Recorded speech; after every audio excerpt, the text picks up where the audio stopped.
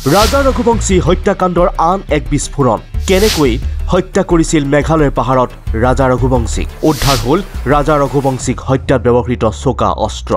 আৰক্ষীৰ জেৰাত চাঞ্চল্য শেহতীয়াকৈ পোহৰলৈ আহিছে আন দুটা চাঞ্চল্যকৰ দৃশ্য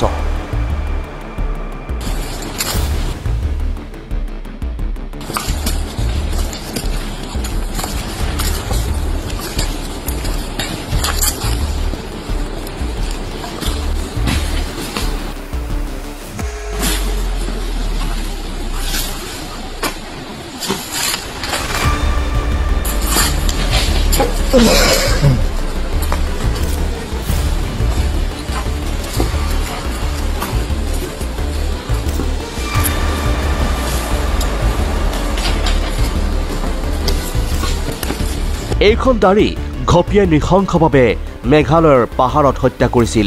ৰাজা ৰঘুবংশী মেঘালয়ৰ পাহাৰত হত্যা কৰি দ খাৱৈত পেলাই দিছিল ৰাজাৰ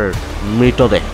শেহতীয়াকৈ পোহৰলৈ আহিছে ৰাজা ৰঘুবংশীৰ হত্যাকাণ্ডৰ আন এক চাঞ্চল্যকৰ তথ্য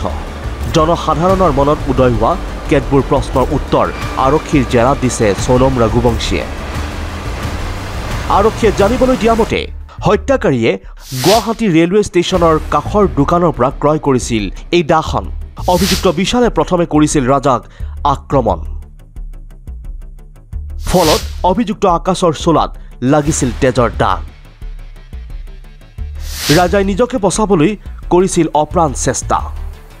কিন্তু সোনম আৰু তিনি অভিযুক্তই নৃশংসভাৱে হত্যা কৰি শেষ কৰিছিল ৰাজাৰ জীৱন হত্যাকাণ্ড সংঘটিত কৰা ঠাইতে উদ্ধাৰ কৰা হয় চোকা অস্ত্ৰ শেহতীয়াকৈ মেঘালয়ৰ প্ৰাকৃতিক সৌন্দৰ্যৰ মাজত ঘূৰা ফুৰা কৰা সোনম আৰু ৰাজা ৰঘুবংশীৰ এক দৃশ্য পোহৰলৈ আহিছে সেই সময়ত অন্য ব্যক্তিৰ কেমেৰাত বন্দী হৈছিল দুয়ো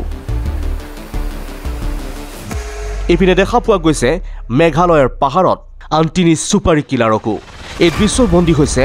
আন এজনৰ কেমেৰাত শেহতীয়াকৈ পোহৰলৈ আহিছে এই দুটাকৈ চাঞ্চল্যকৰ দৃশ্য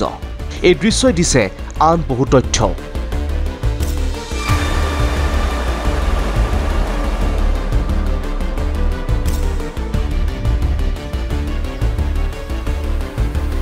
কিন্তু ইমানতে শেষ হোৱা নাই ৰাজা ৰঘুবংশীক হত্যাকাণ্ডৰ তদন্ত আৰক্ষীৰ জেৰাত আৰু বহু তথ্য পোহৰলৈ আহিব সম্প্ৰতি মেঘালয় আৰক্ষীয়ে জোৰদাৰ গতিত কৰি আছে সমগ্ৰ ঘটনাৰ তদন্ত এতিয়া কেৱল মাত্ৰ অপেক্ষা news desk report India today north east Assam